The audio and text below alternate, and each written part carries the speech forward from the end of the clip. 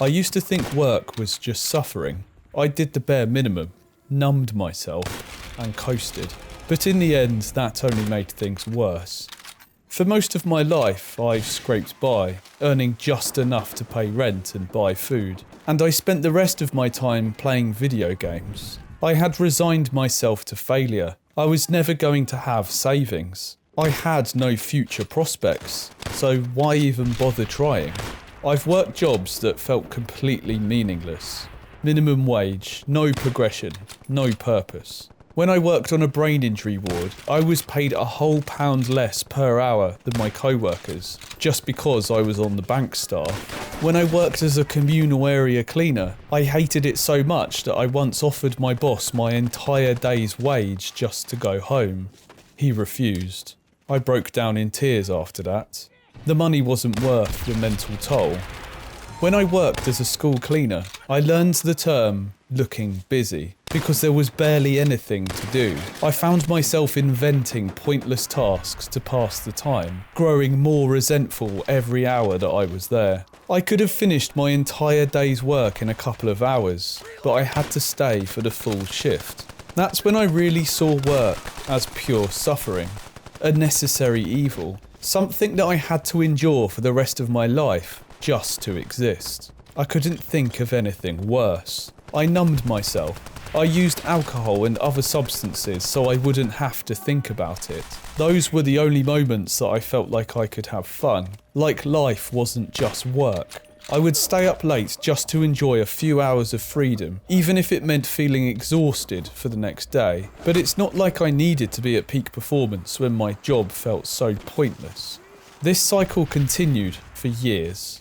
I worked meaningless jobs. I quit meaningless jobs. And then I found freelancing. I thought working for myself would fix things.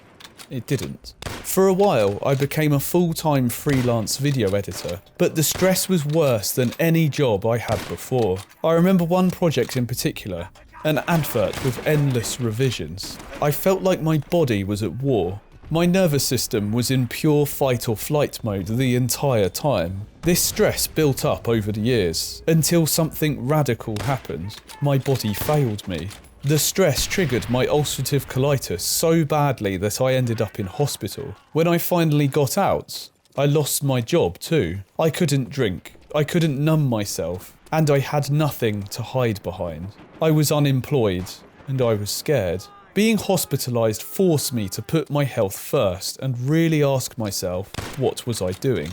If I kept going down the same path, I'd end up back in the hospital. Or worse. I needed to manage my stress, which meant I couldn't just zone out all the time. I had to actually feel things. Numbing myself had kept me trapped. It made it too easy to ignore my problems and keep doing things that didn't work. But now, for the first time, I had been fully aware of what I was feeling. Maybe if I didn't, my body would shut down again.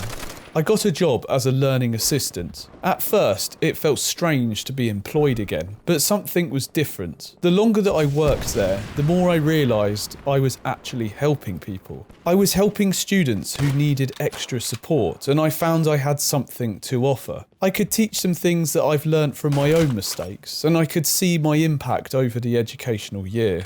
I wasn't just passing time anymore, I was building something. Something else changed too. The job forced me to disconnect from my usual routines. I wasn't just sitting in my room, hyper-focusing on what I needed to get done. I had to go out, be present, interact with real people, and it completely shifted my headspace. I used to see work as just a paycheck, a necessary evil that you had to do just to survive. And because of that, I never thought about the long term, but looking back, I was incredibly short-sighted. If I had worked even a little harder in my early 20s, saved money, invested a bit, I would have had way more freedom later. I didn't even know it at the time, but a lot of my stress came from the fact that my bank account was usually empty. Even when I told myself money didn't matter, the reality was that living paycheck to paycheck was exhausting. Having a cash buffer has now completely changed my mindset. I feel more relaxed, less desperate. I don't feel trapped in the same way that I used to. For most of my life, work has felt pointless. And for a lot of people, it still does. The truth is, I will never be rich with my current job, but it gives me something better. Fulfillment from work doesn't come automatically. It requires work on your part. If your job feels meaningless, you have to create something outside of it that gives you purpose. But it's so easy to fall into the trap of saying things like, I'm too tired, I don't have the energy, I'll do it later. That cycle almost killed me. Now I see work differently. Not every job will fulfill you, but sitting around waiting for life to happen, that's worse. Some people might say that I've just found a different cage. Like one comment I got before, did I break out of the Matrix or did I marry it? Maybe that's up for debate. But to me, this one doesn't feel like a prison, it feels like purpose. For years I was terrified of growing up, and part of that fear was having to work all the time. If you would like to hear more, then click this video here. I think you'll like it.